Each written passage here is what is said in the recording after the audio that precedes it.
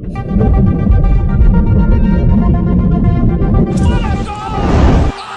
everyone, Mr. Devil here, Kenny Danico, 3-time Stanley Cup champion of the New Jersey Devils, and you're listening to the Uncle Pucker's New Jersey Devils podcast. Let's go Devils! Hey Tim.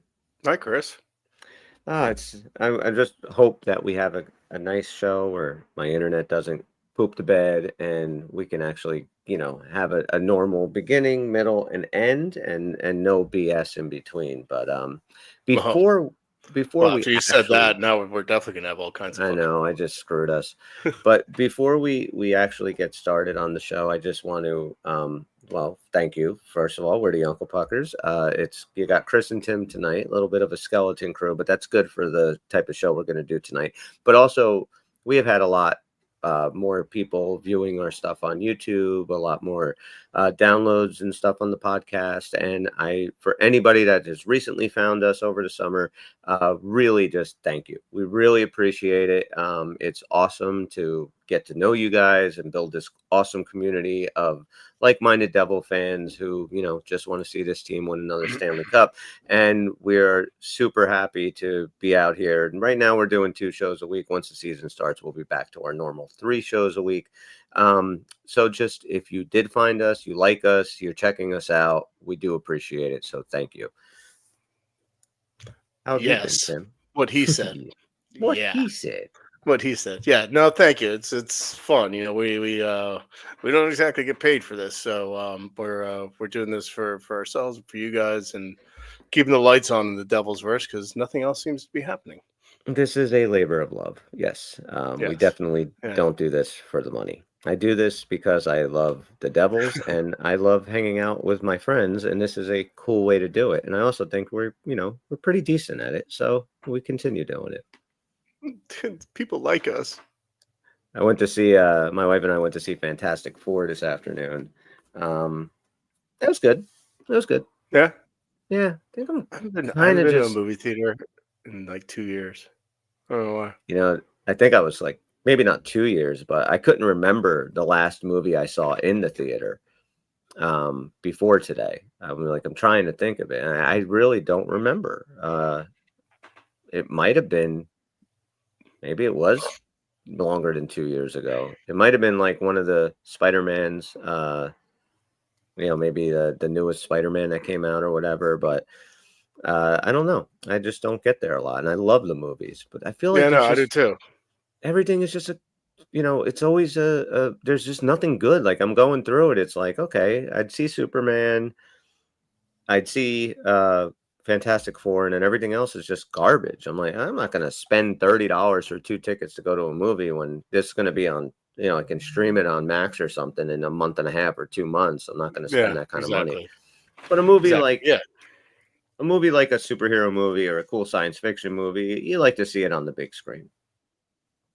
So yeah, no, that's fair. I think that I'm kind of embarrassed. The last movie I went to see in the theater was Gran Turismo. Wow. What are you embarrassed that first of all, you haven't been to a movie since then, or are you embarrassed that you actually went to see that movie? Maybe both.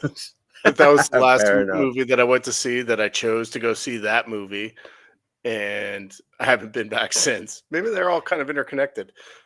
Maybe. And hey Husky, thanks for jumping on. He writes here, I miss renting movies back in the day. You know what?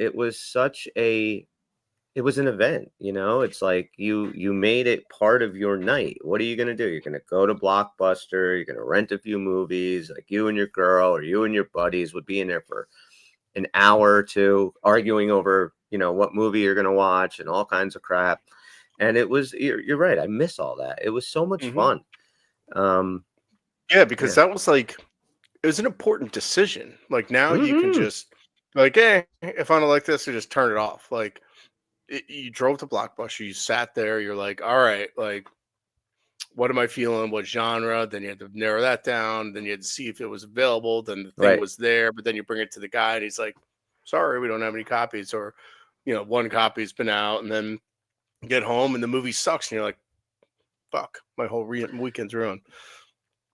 I remember Tony used to live in Seaside. So after like high school and stuff, Tony's family moved to Florida, but Tony stayed here for like a summer, and we worked together, and he was living with a couple of guys from the job and stuff like that. So there were like four of us and whatever, and I forget, somebody was coming over to the island. We were going to rent a couple of movies and just hang out. So like I forget who it was. It was somebody we worked with, and we were like, it was like four dudes, right? And 4 or 5 dudes. So we're like, yeah, stop at Blockbuster, rent something good, and we'll watch it tonight. So like Tony's in the back, he's yelling like, rent Clockwork Orange. We're like, hey, get Clockwork Orange, like whatever, or, just something that four guys would want to watch. He comes, he comes to the place and he rented one movie, and it was What's Love Got to Do with It? The Tina Turner movie.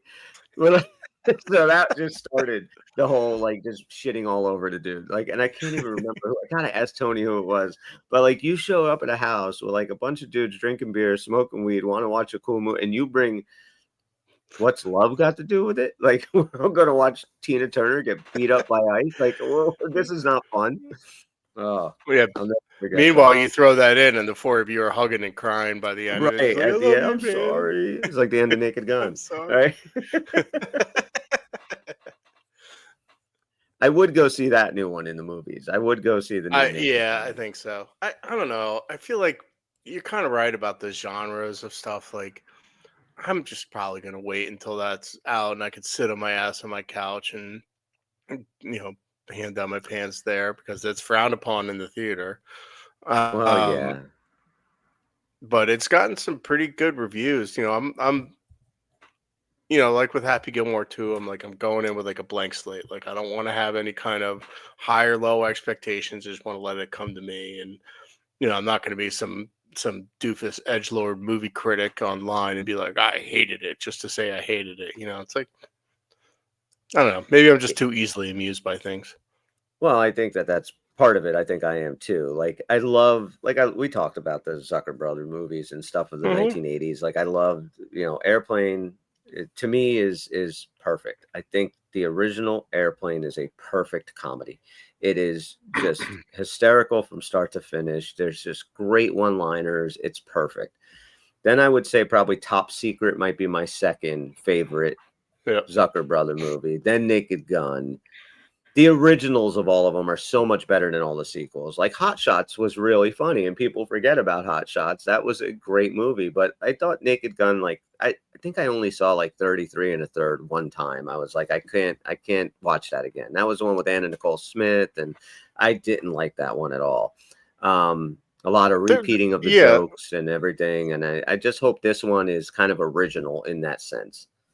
Yeah, because they're predicated on just rapid fire visual gags and one-liners and stuff like that, and it's hard to replicate that in the same environment, I would suspect. So there are some funny sight gags in Naked Gun 2 and 33 1/2 or 33 1/3. And fun fact, I call him my uncle, but I guess he's more my dad's cousin.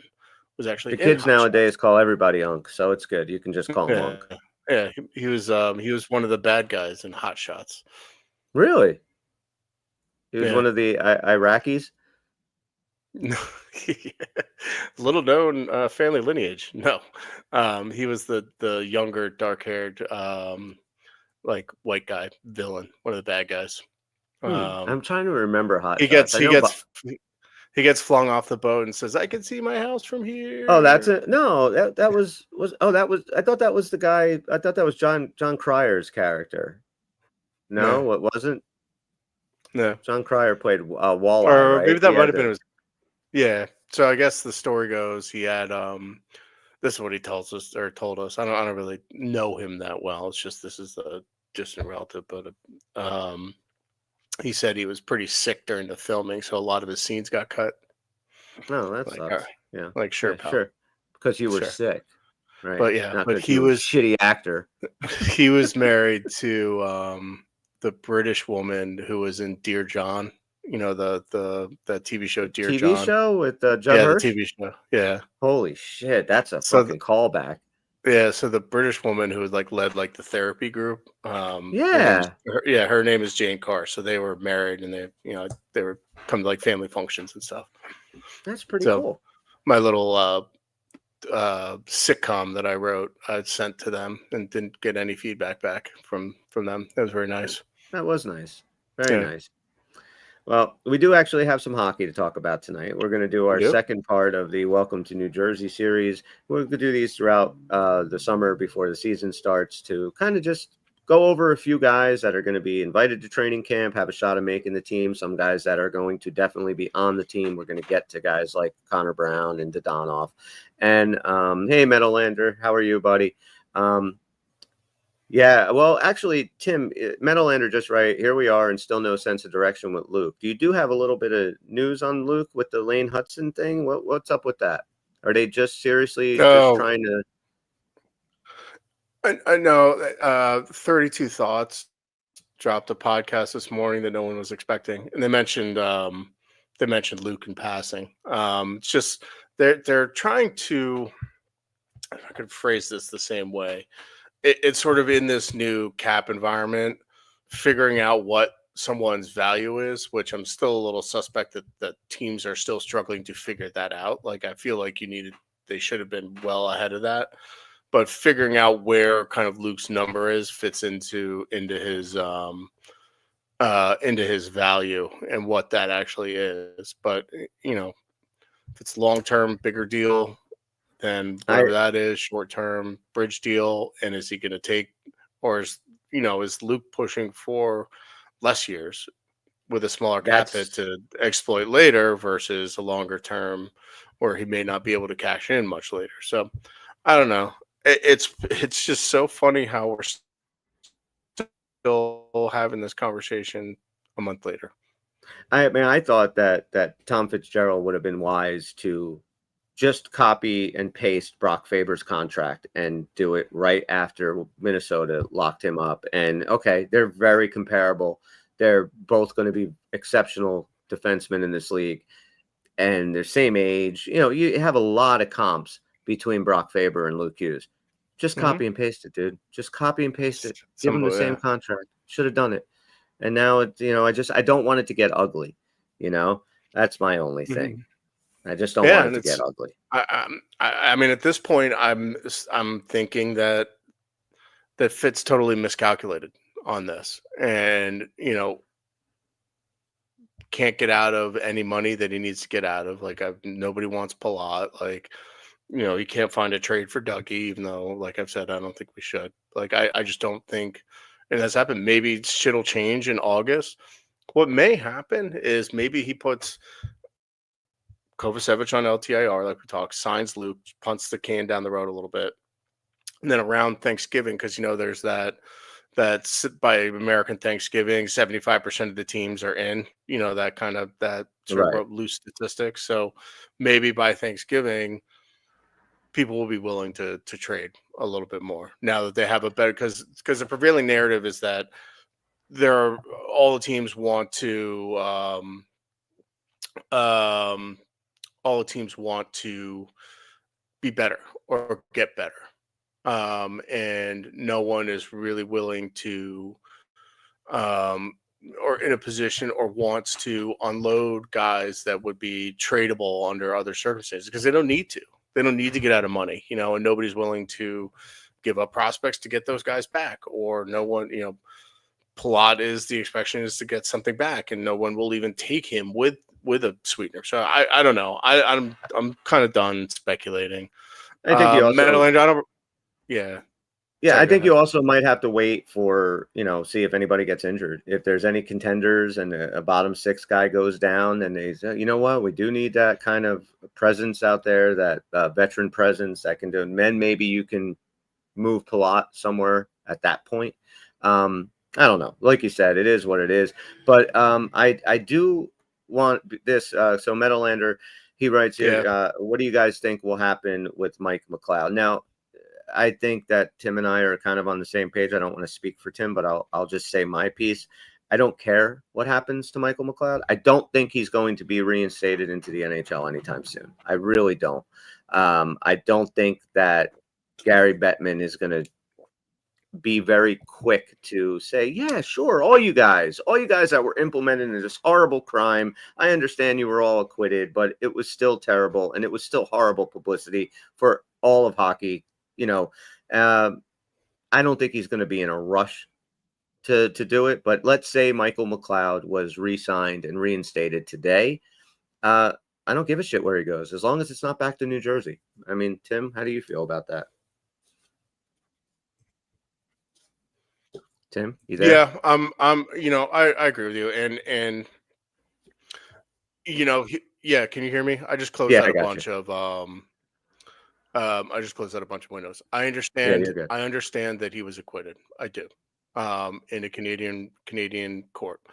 As of now, they haven't been reinstated. And Gary Bettman made a pretty pointed comment about while they were acquitted, their actions were pretty disgusting, regardless of how you see it. And really, I believe truly that their acquittal was largely predicated on the ability to fully prove guilt, which I get, and prove consent, which is difficult to prove, particularly in the situation that they were in. I do not give a fuck what happens to Michael McLeod, and I do not want the Devils to re-sign him. I don't think was a good enough player. Like, let's not forget that he was cut by his KHL team last season, right in the middle of the year. And I didn't know that. Is that right? yeah. I I mean, didn't know he got. and look, the KHL is weird. You could have been cut for all kinds of reasons, but Sure.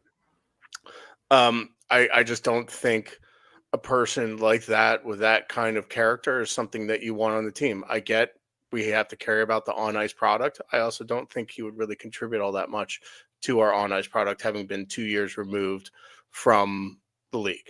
Yes. And here's, I completely agree with that last statement. The guy hasn't been playing hockey for 2 years. Now, if none of this ever happened, when Michael McLeod when we didn't know that all this shit was going on, he was an exceptional fourth line centerman. I mean, probably the best face-off guy in the league for a short period of time. He's fast as hell. He does have some hands. There was a lot of good about Michael McLeod. The problem with Michael McLeod is apparently Michael McLeod. I mean, apparently he's just a piece of shit. Anybody that would go that far, regardless of whether or not this was consensual. I didn't read any of the transcripts from the court documents, or anything. I didn't want to know anything about it. Like, especially once I found out they were acquitted, I was just like, this seems fucked up. This poor girl, you just got her name dragged through the fucking mud for months, for years, and now nobody's going to be held responsible, regardless. I don't like it. I just don't like the whole situation. Yeah, it's a bad situation. And look, there was a lot of text message evidence presented of things that Mike did and said, and they were pretty shitty. And to be perfectly honest, like, I think Fitz would have to ask around the team and be like, do you want this guy back on the team? I don't know if the guys would want him back or not. I don't want to speak for them. I don't want to speak for Fitz. I have my own personal opinion that I don't think this is a character of a person that we should have back in the team. And let's not also forget that there is another SA case opening up for the Mississauga Steelheads, a team that Michael McLeod was on, about the gang rape of another woman. So really, yes, I didn't know that. Yeah. So I don't know if he's implicated in that. I don't know if he's involved, but yeah, once this happens, you can't be around it. And look, I've been in some very high level locker rooms, both coaching and playing. There is a pretty tough culture in hockey, and you drop these kids, and it's on both sides. Look, I won't pretend to say that, hey, you know what? Like, there's some pretty damning things that this judge said about the woman involved, about some of the things she said, some of the things she did. She said that the judge said that she wasn't credible, which she's the judge, I'm not. But, from what I read of everything, I see a lot of the same patterns of victims of sexual assault and sexual abuse that I see a lot of those same patterns happening in her testimony. So it's an unfortunate situation all around. It's not up to us. If I'm going to root for the team, if McLeod finds his way back on the team, if the guys want him back on the team, deal with it then. you deal with it then. Yeah. But as of now, he's not allowed to play in the NHL, and I don't see that happening. So Yeah, I don't see Gary Bettman reinstating these guys anytime soon. I mean, yeah, and I think that the union is taking issue with that. In terms of they're gonna fight this, the union is, but again, I revisit the fact that I know, Husky just said that he'd be our 3C right now. It's like, I don't think he would. Like, again, like he left his KHL team. I don't know why, but he was there one day and wasn't again. So to me, that says he got cut by his KHL team. If you can't even cut it in the KHL, I don't think he's going to cut in the NHL. He's been mythologized by our fan base for one goal in the playoffs against the Rangers. Otherwise, I don't think he was all that good of a player. He had good wheels. It's great in the dot, but I've said it before. I don't think faceoffs are all that important. There's like 4 important faceoffs a game, and Nico's going to take them all anyway. But we have a guy in Cody Glass that can be that right-handed center with good defensive metrics. So, yeah, I don't really want to talk about this anymore. Like, it's kind of fucking gross. And honestly, sorry, I know everybody kind of, in here says, bring him back, but fuck that guy. I hope he dies under the jail. fair enough. Yeah, he was a fantastic guy in the dot, but that's, let's move off Michael McLeod. He will not be with this team, but we do have 3 guys today that possibly will. So who do you want to start with, Tim? Because you did 2 guys. I only did 1. So. Why don't we go from guys least likely to most likely to actually see NHL games? Okay. I think I'll start, and apologies, I had to close the window because it was giving my computer aids, but let me start with Lenny Hamaniho. Okay, so now I know very little about Hamaniho other than when he was drafted. A bunch of scouts I saw comparables were to Sergei Brylin, which got me excited. And a little bit that I heard about him is that he's not the best skater out there, but he's an extremely smart player. And over the course of the time that he's been drafted to now, I heard he really did elevate his game. He is a guy I am very excited to hear more about and possibly see on this team this year, because I am excited about the future of Lenny Hamaniho. So what do you got? I have one thing I just want to note. Jason said faceoffs are so important in the playoffs. Florida was 3rd to last of all the teams that made the playoffs in faceoff winning percentage. So faceoffs, like I keep saying, aren't all that important. Like literally a couple of O-zone faceoffs, a couple of D-zone faceoffs, those are quite important. Moving on. So Lenny is Finnish. That's from Finland, Chris, if you didn't know. Finn what? 6'1", Land of Finns. The land of Finns, the tall blondes. He's 6'1", 185. That's his listed weight on elite profiles or elite prospects. He was our 2nd round pick in 23. We didn't have a 1st rounder that year, I believe. So what you just said about Lenny basically rings true, and all the kind of scouting reports I read about him. Intelligence, smarts, off the chart. Finds good soft areas, has a good hard shot, pops in and out of the slot really well, has good kind of handle on the boards. But again, he's not a burner, but he does play at a decent pace.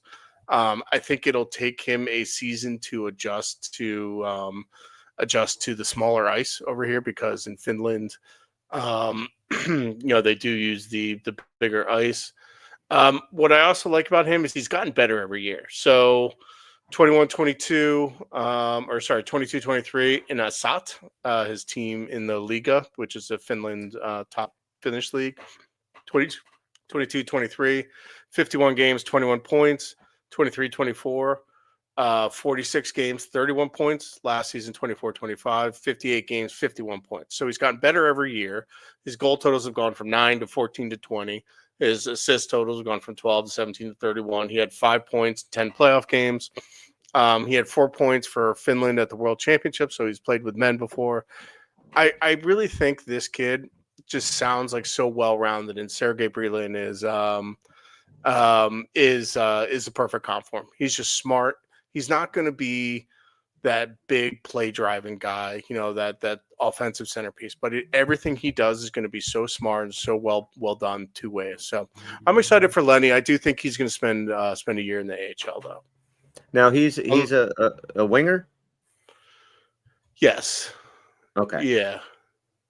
So yeah, primarily I agree. right. Yeah, primarily right. So we do have I think like 15 primarily right wingers. I don't think that really matters much at 5-on-5, but when you have that many guys, kind of, it's like I actually watch the Yankees right now play, and I've kind of changed my tune a little bit on this after reading some more and thinking about it a little bit more. There's a certain comfort that guys get on certain sides, and I've kind of noticed it in my own beer league plays. I was flopping back and forth between left wing and right wing, and I'm playing a lot more left wing now, and I'm like, I'm a lot better on the left wing. This is weird. We do have a lot of primarily right wingers. That it's going to be interesting to see how that all fits in. But our AHL team should be a lot better this year. We have Lenny, Squires, Malofsky. I think we'll have a pretty good basis there. There's Xavier Perron, Laguerre. So I think they'll be much better. Now, would you see Hamaniho's role with the Devils moving forward after this year? Is he mostly just a bottom 6 guy? You see him, or is he a guy that can play in that top 6 role, or is he the type of guy that you can solidly put him anywhere in the lineup and he's going to do a good job? I think third line is his ceiling. Okay. Well, low end, second line, third line, so middle 6. He's not going to be a fourth liner. He's not going to be riding shotgun with Jack. Although he does kind of sound like a kind of guy that might actually work really well with Jack. He's right. He's a righty shot. Gets into the slot really well, gets wide open for shots a lot, has an incredible shot, incredible one-timer.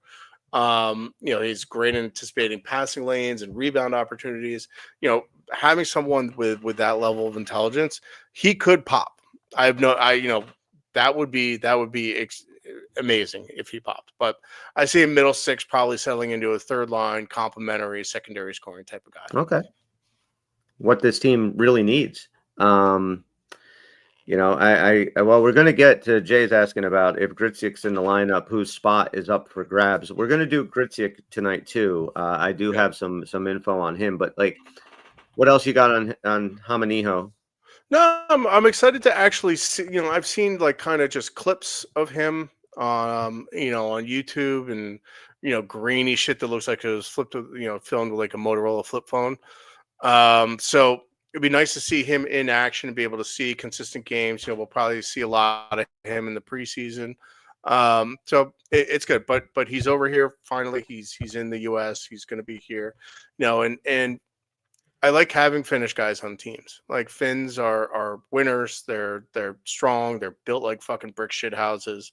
They carry buckets of milk from village to village. So it's 2 at a time. It's good. It's good to have this. This guy was a very good draft pick for where he was in the draft. Again, I think his ceiling is like a 2020, maybe 2030 guy in the NHL, which may be a lot. He maybe been more like 15, 25 in terms of goals, assists. So 40, 50 points, 20 goals, like 2-3 years from now. That's I'm really, there's a few guys that I'm super excited to see in camp this year, and Hamaniho is definitely one of them. And LaChance and Grzyc I'm very excited to see. And I think Grzyc is going to be on this team. I don't think he's going to be going down to the A this year. I think Grzyc is coming into play. I think he's coming into play top 6, and I think he's going.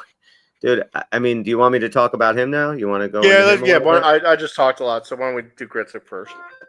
I mean, it's hard to get any kind of video of this guy, being playing all his professional career in Russia. It's can't get. I saw like one clip of of him, with a one-timer from like the top of the circle and just beat the goalie clean. And that was the only thing that like was on the Devils website. But Arseny Gritsyuk, this kid, I don't know. I'm really excited about him. He played in 3 leagues so far in Russia. He played for the Russia Junior Hockey League. He played for the Supreme Hockey League and the KHL, the Continental Hockey League. He was born March 15, 2001, 24 years old, a right winger, 6 foot, 194 pounds, nice size. Drafted 5th round, 2019 by New Jersey, the 129th pick overall. He made his KHL debut for Avangard OMSK. I think it's Omsk. I don't know if that's just letters or if that's supposed to be a word. I don't know. And during the 2020-2021 season, hang on, let the policeman pass. 12 games played. Do you need to run and hide, or does that? No, I'm good. They don't know where I am. 12 games played. He had 1 goal, 1 assist, but they did win the Gagarin Cup that year. And then he ended up signing a 2-year extension with Avangard on April 30th, 2021. The next year, he was named he played those 2 years. Then he ended up, after his contract ended in 2022, he remained unsigned to New Jersey. So we already drafted him, but we didn't sign him to his so he was just kind of hanging out in the wind there. His rights were acquired by SKA St. Petersburg in the KHL on May 27, 2023, and he signed a 2-year extension on top of that to remain in the KHL up until this year. So he was named the KHL Rookie of the Year in 21-22. He had 16 goals for 28 points in 39 games. He played for Russia at under 18 tournaments twice. In 2018, he was in the Helenko Gretzky Cup. He scored 3 points in 5 games, and they won the bronze. And in 2019, the IIHF World U18s, where he recorded 1 goal and 3 assists in 6 games. They won the silver. He made a senior international tournament debut representing the Russia Olympic Committee at the 2022 Winter Olympics, winning a silver medal. In the KHL, his total during regular seasons was 216 games played, 68 goals, 84 assists for 152 points.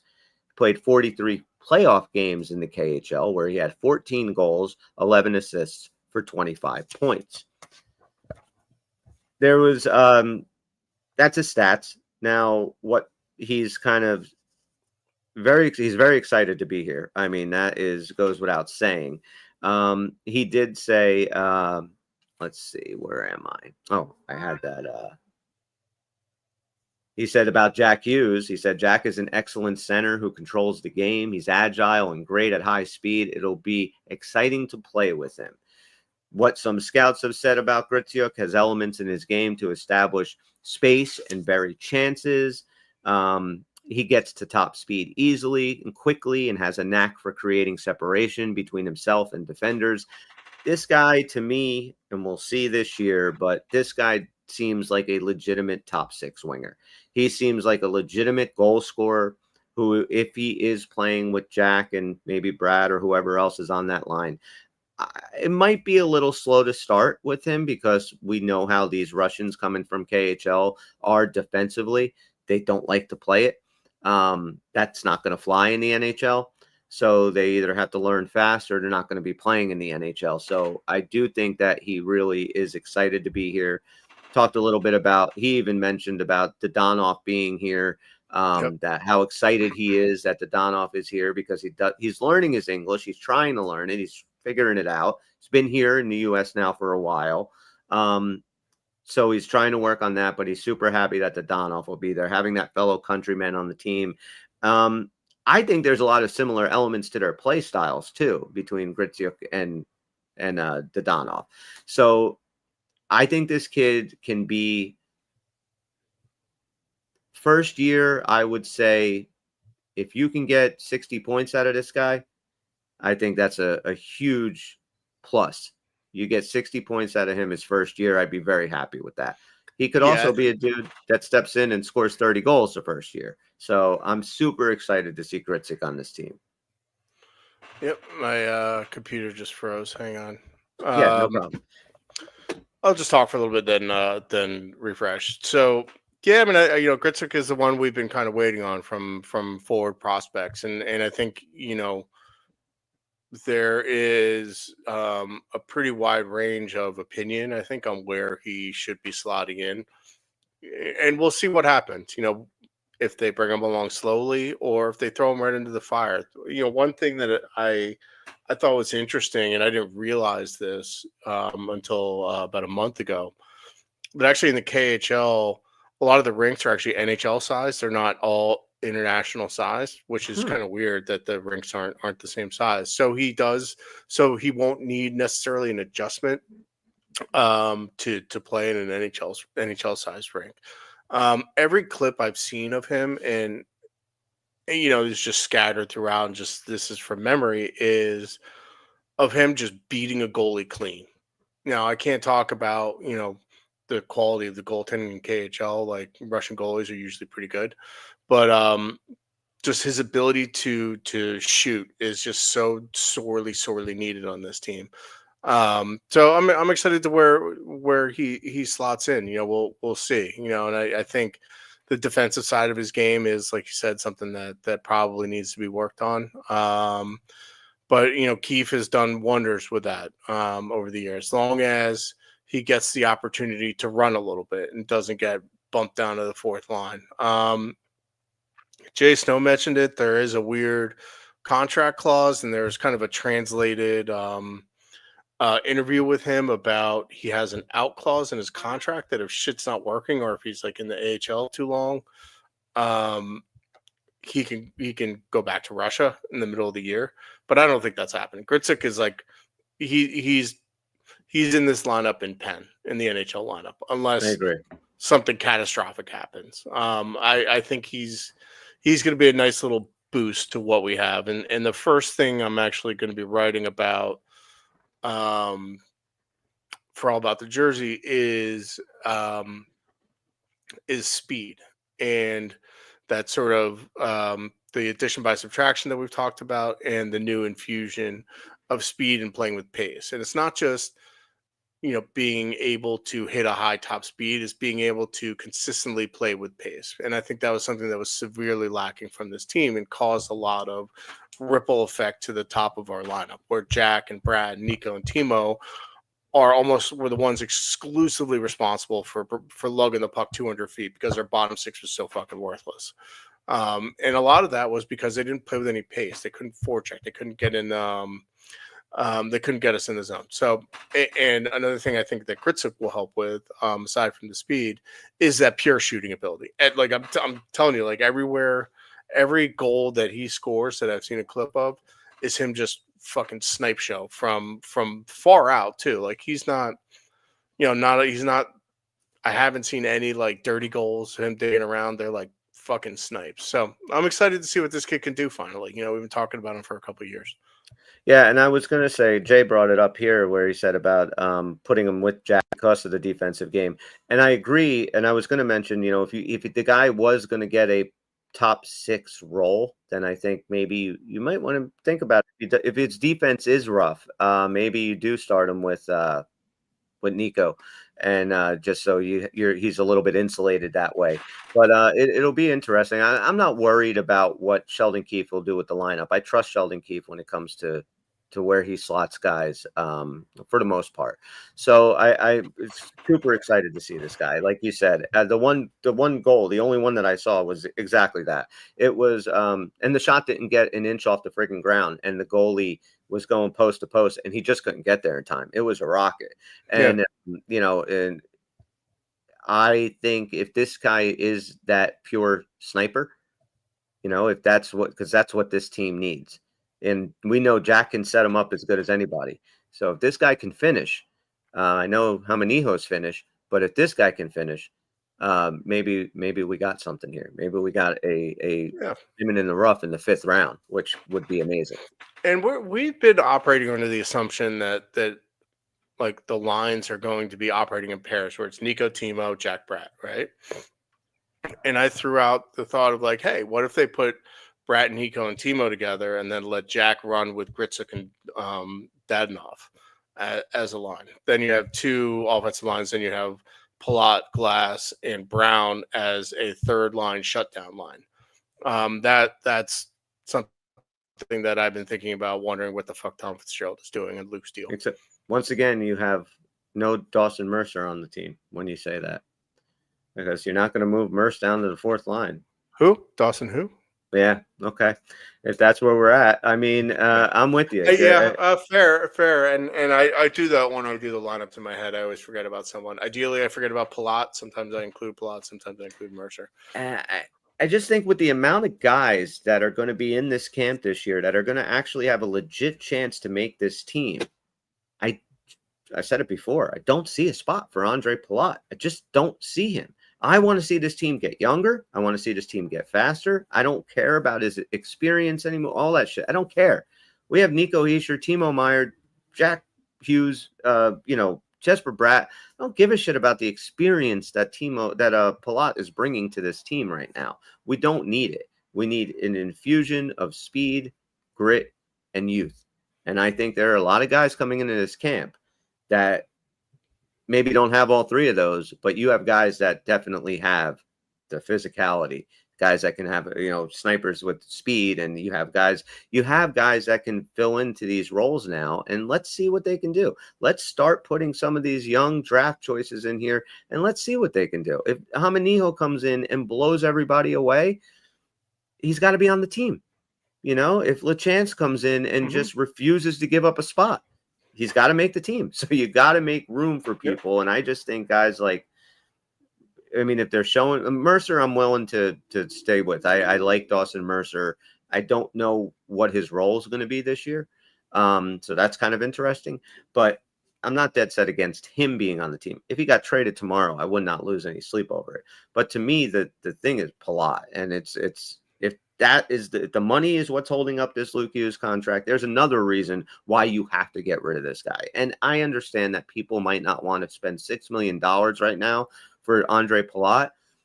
You're telling me you can't find another team to facilitate a three-way trade? Maybe, you get a team to take half of it, you throw in a second-round pick, and you trade Palat somewhere else, and someone takes a $3 million cap hit for him. This is the last year that stuff like that's going to be allowed to do. So if we can't get rid of Palat this year, good luck fucking next year trying to do something like that. Then you're just going to end up releasing him. You're just going to end up buying him out, and you're going to be on the hook for his money. Yeah. So and I've said this before, and there is a world where the team and Fitzgerald has a very different view than the fan base does. I don't know why they would, because we're not fucking stupid, but there is a world where that is the case. And maybe Jack really likes him, maybe Bratt really likes him. We have no idea what he's like in the room. There is that possibility that that is the truth. So so the third guy we wanted to talk about briefly, which is kind of an under the radar trade that Fitz made, was for Thomas Bordeleau. I'm so excited to hear about Thomas Bordeleau. I know you're not. About him. I am. I'm very excited about him. I'm not kidding. I want to hear more about him. So in classic Fitz fashion, in my little Thomas Bordeleau investigation, I discovered that Fitz he's fucking related to this guy? No. If he was related to fucking players, then we'd have both Kachuk brothers. Hey, fuck you, Engel. I'm 5'9". I skate circles around you. And also, he's 5'10". First of all, and Tim's 5'8", but that's all right. On skates. Don't make me show you the move I pulled last night. So he's little. 5'10", 174. He's basically kind of a Jesper Bratt light. The things that he does well, he has good quickness. He doesn't really have a lot of high end speed, but he has good quickness, good agility, good cuts, good cuts back in the zone, good speed bursts. He actually has really good puck protection for being his size. He has good cutback moves, a whole variety of dekes and moves that open up space for him. He hasn't totally been able to put it together at the professional level. What I was saying about the little fun fact about Fitz. So Fitz played with Bordeleau's dad in Nashville. There you go. So there it is. So that's why this motherfucker's on our team. Is Bordelot a winger? Bordelot's actually a center. He is. Okay. His primary position is center, but I don't know if he's totally stuck at that level, even at the AHL level. Truth be told, I've only watched a couple of clips of him, and a lot of those I remember some of the shit that he did at Michigan. He's always been a point per game guy. 2 seasons at Michigan, he had 30 points in 24 games, 37 and 37 in his second season. He's played at the World Juniors. He had 8 points in 5 games in 21-22. Played at the World Cup for the U.S. He only had 2 goals in 8 games there. He's gone back and forth between San Jose and the Barracuda, which is their AHL team. But in the Barracuda, he was a good point producer. 41 points in 65 games, then 25 and 35, and then 38 and 59. You upset Steve. I know. I know. Yes. Hey, Jesper Bratt's only 5'10". How old is Bordelot? So Bordelot, that's a good question. He's 23. So he's a little older. So he's a couple years out of college. He's an American kid, a Michigan kid. And I think he is an AHL signing primarily. Hey, there's a lot of fucking tough guys in here. Think that Bordelot's going to see the ice against Tom Wilson? Not a chance.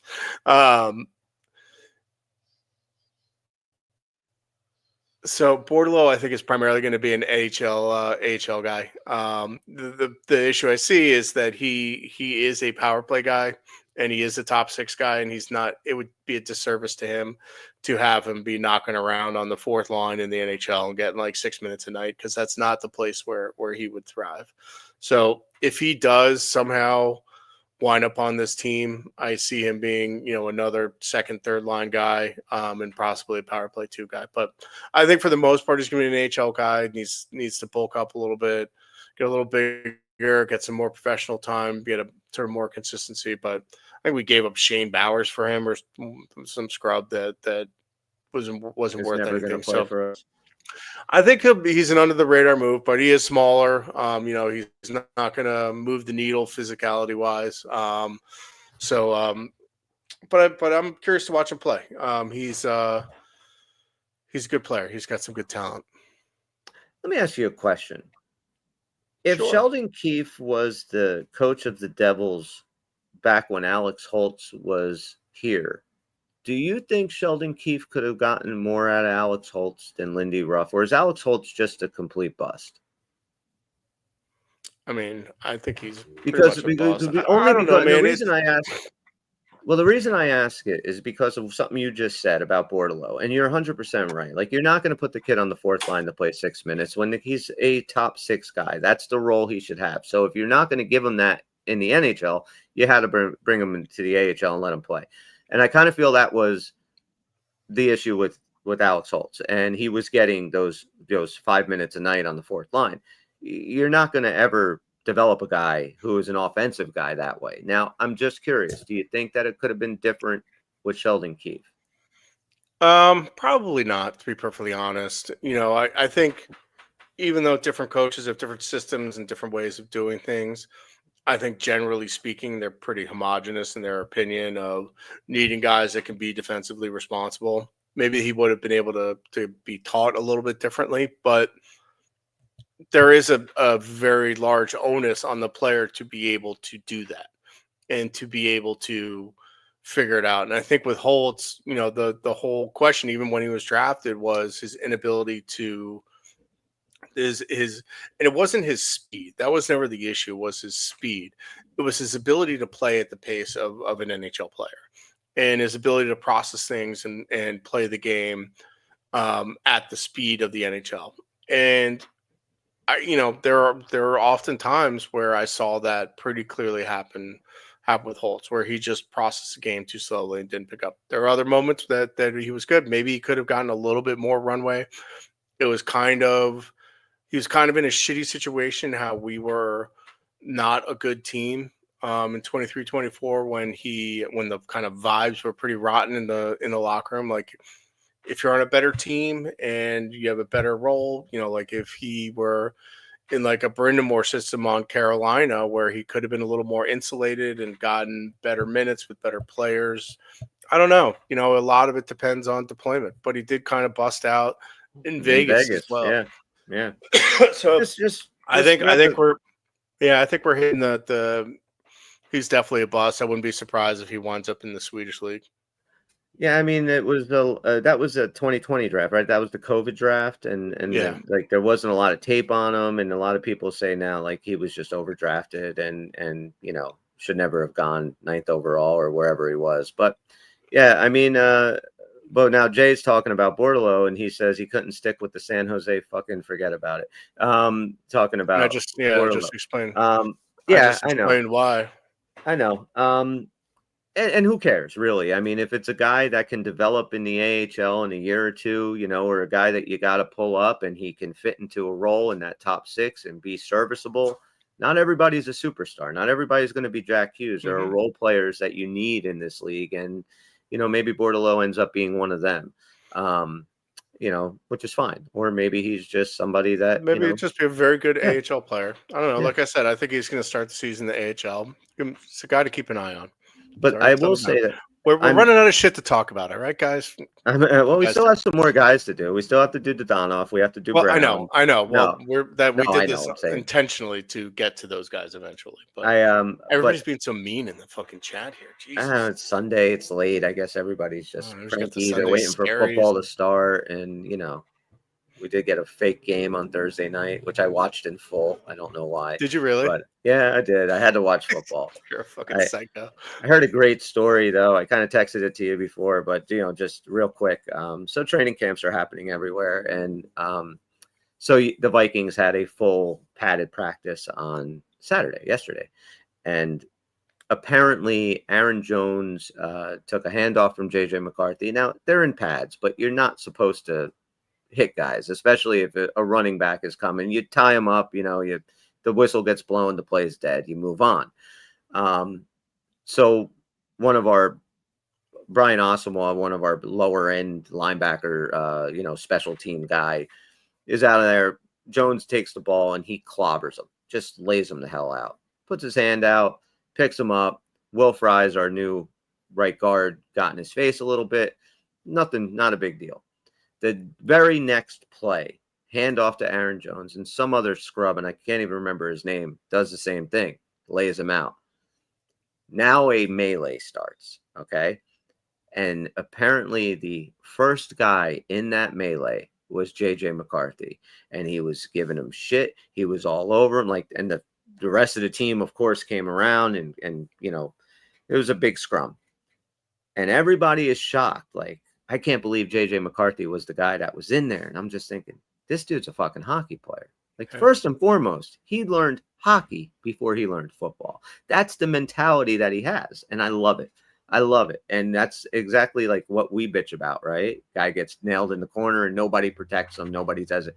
J.J. McCarthy would have been a phenomenal hockey player. Now, he was asked about playing hockey, and he goes, look, I went to Michigan. I played football there. I was in classes with Luke Hughes, who plays for the Devils. Yes, we know that.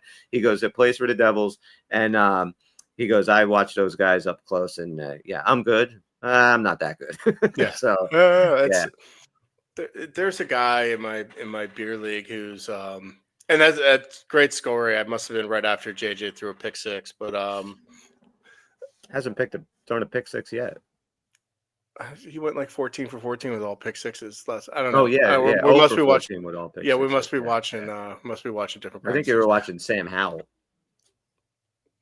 Chris, I think that's racist. Back up.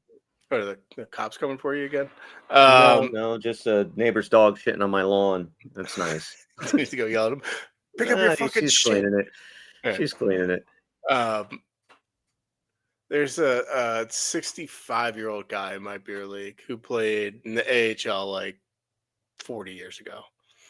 And he's nasty at 65. Like, you could just, there is a different ability that guys that even played in like the low level pros like have, that is just, they're just so much better than everyone.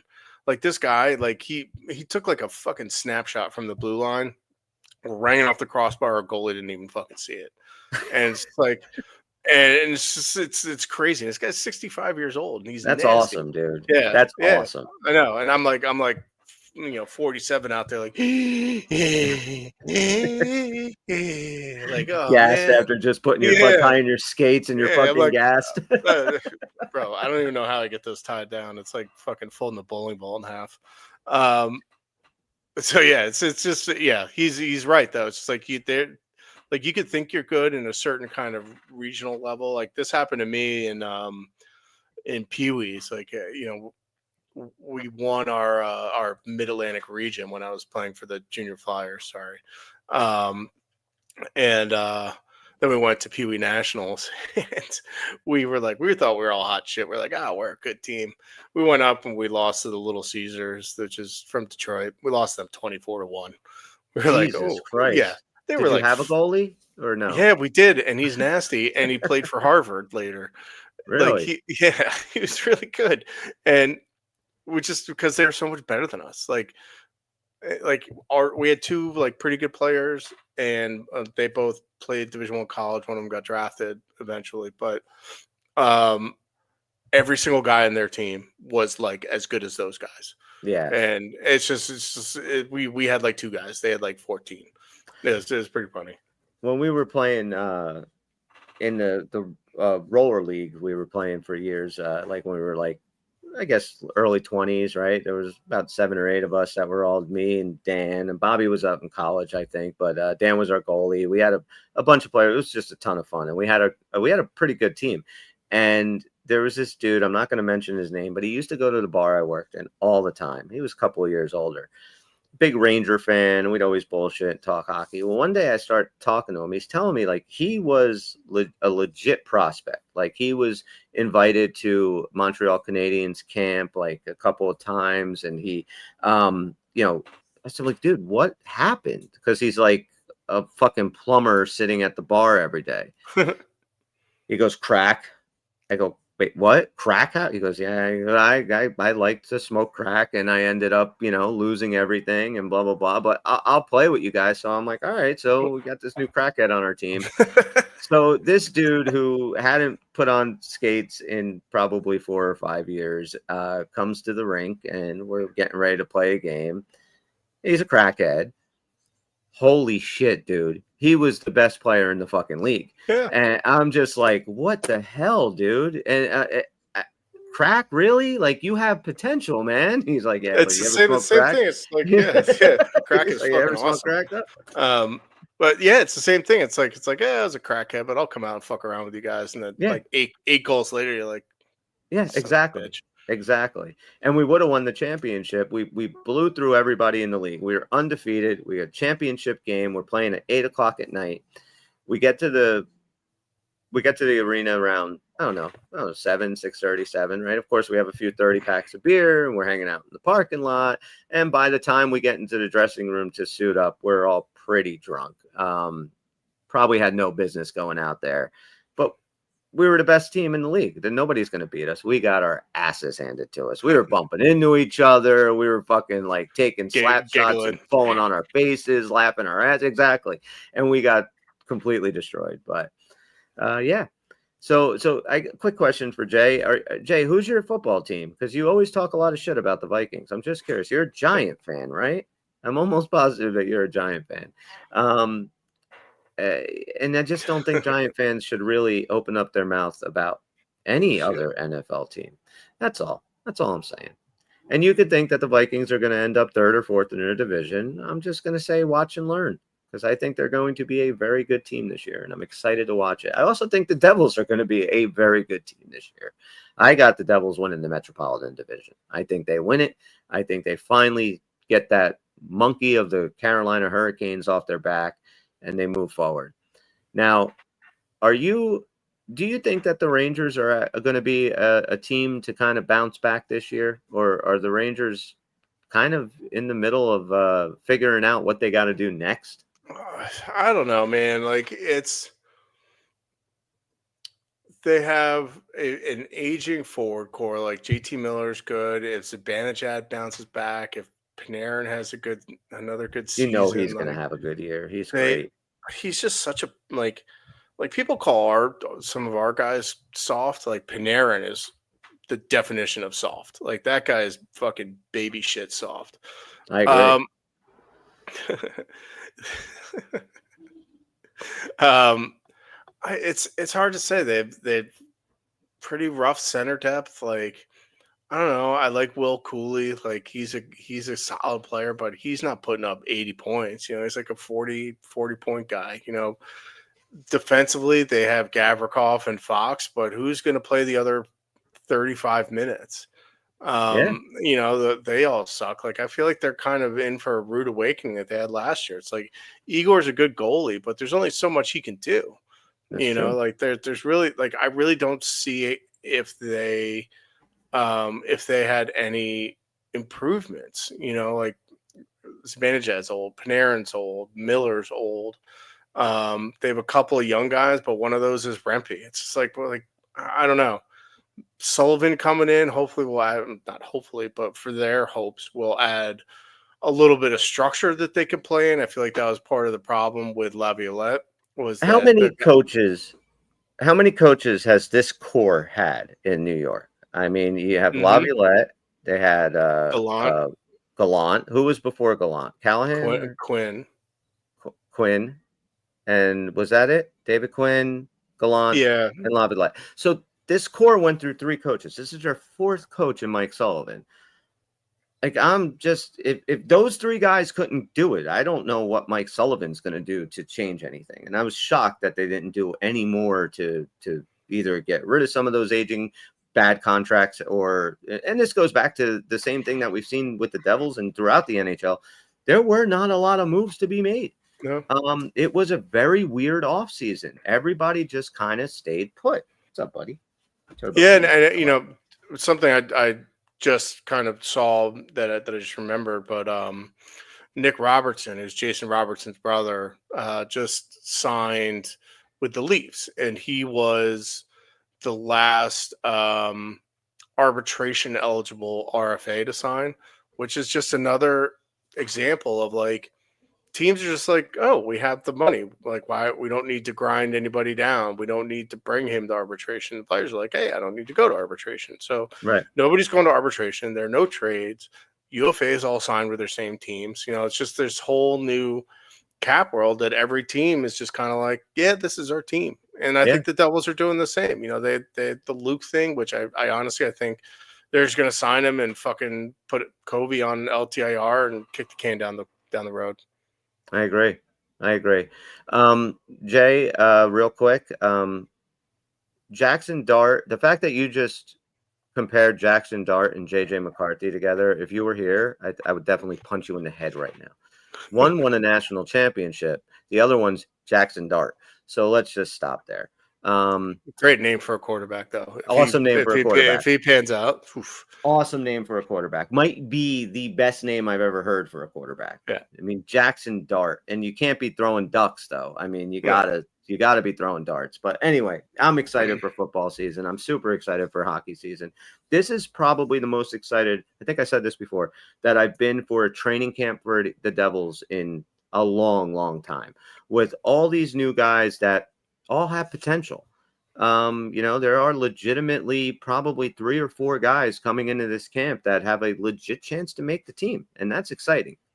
Yeah, like I see a lot of doomers being like, "Oh, we're gonna miss the playoffs. It's a wild card team at best." It's like, you know what? Then don't fucking watch. Like, you know what? Like, I'm gonna be like optimistic because I like to be optimistic, and I'm not a grumpy old man. Like, I think this team has a lot of potential. Like I still think there's a lot of good that this team has. And I know we didn't get anybody like shiny new pennies, but we already have 4 shiny new pennies at home up front.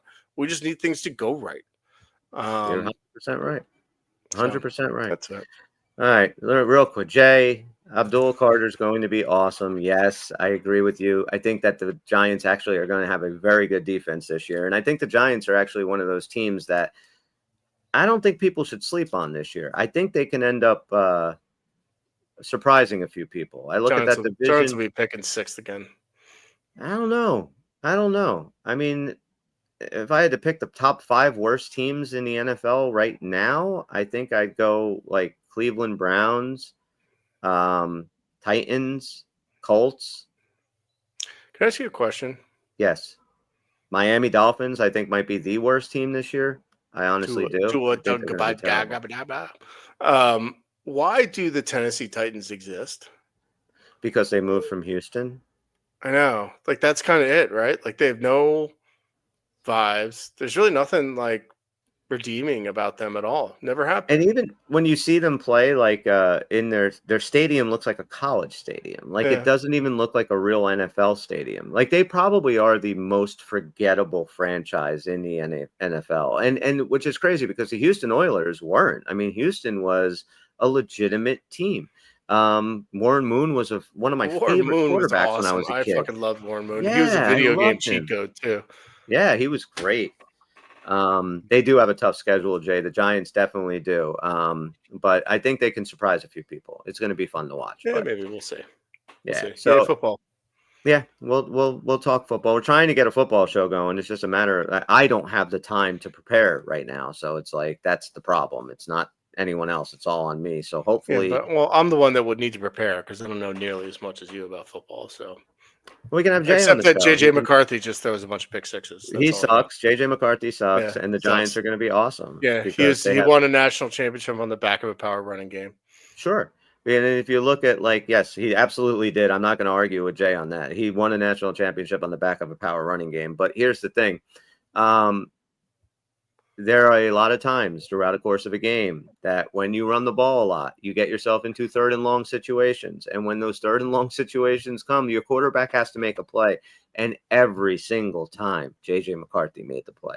So, yeah, and just to address Metalander's comment, I mean, I think the perfect guy is Alex Tuck. I just don't see a world. Where anybody's available. I don't think we're getting anybody. Lamar doesn't blow. Fuck off, Steven. Lamar's probably top 3 quarterback in the league, and he's not 1 or 2, or he's not 3 or 2. So I mean, Nazim Kadri makes $7 million over the next 4 years. That's not a reality. He's also 34 years old. That's not a reality.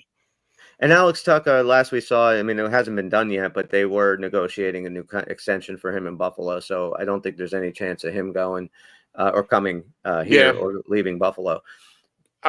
So here's the thing. So just about that though, like if he doesn't sign an extension before the year starts, and Buffalo is bad by November, like that's why I think we may actually see some early season movement because not from Fitz. Well, that's part of the problem. What if he just he went like so far over to like grit and size in his last draft and last free agency. Now he went skill and speed this free agency. Now, what if he totally flips the script and just does all his moves at midseason, does nothing at the trade deadline? I'd be all for it. I'd be all for it if we had, because I mean, you really do kind of have the pick of the litter at that point, you know. Now, granted, it's early in the season and you don't know what your team might need later on for the playoff push, but if you can, let's say, you know, Thanksgiving's rolling around and Buffalo has, you know, last place in the Atlantic, which I don't think they're going to be, but let's just say they're not going to make the playoffs again. And Alex Tuck maybe isn't signed to that extension. Yeah, he'll definitely be on the block. And if you can get it, we wouldn't be the only team after him. And in terms of a McTavish, Oliver Sheed, I have no idea what's going on with that. You know, I don't see any world why Anaheim would give him up, and they have like $20+ million in cap space. It makes no sense to me.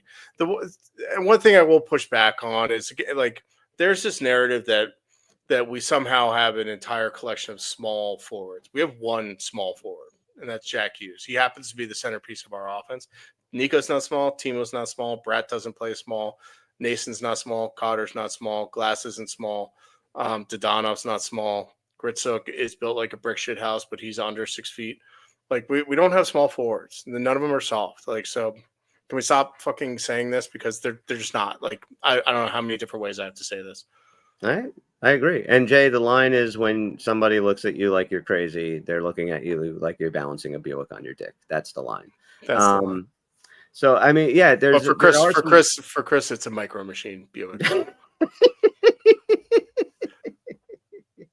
Yeah, Brad is small, Jay, but Yeah, he but doesn't play that he way. doesn't play small. That's the That's thing. I what I mean, just said.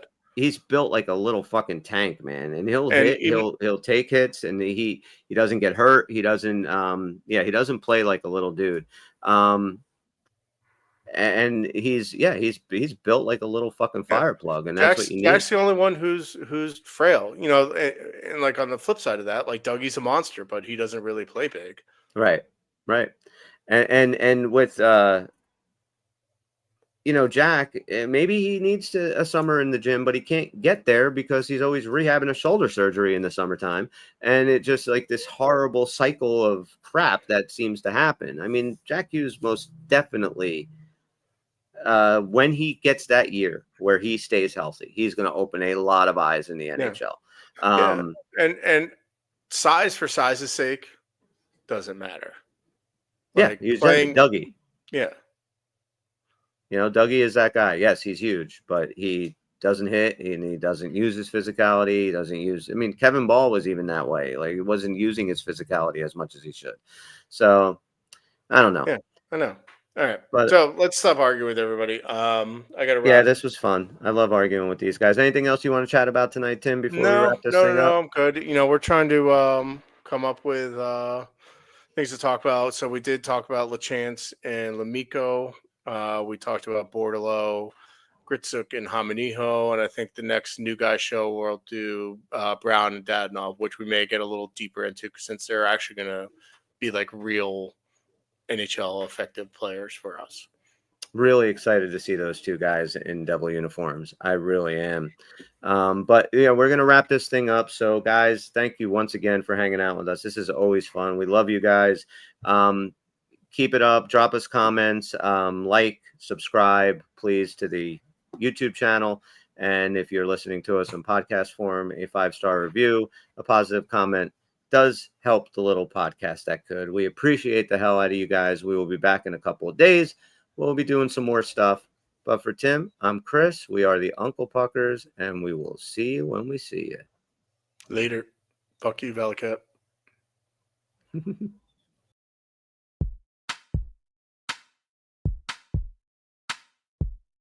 It's over, Johnny. It's over!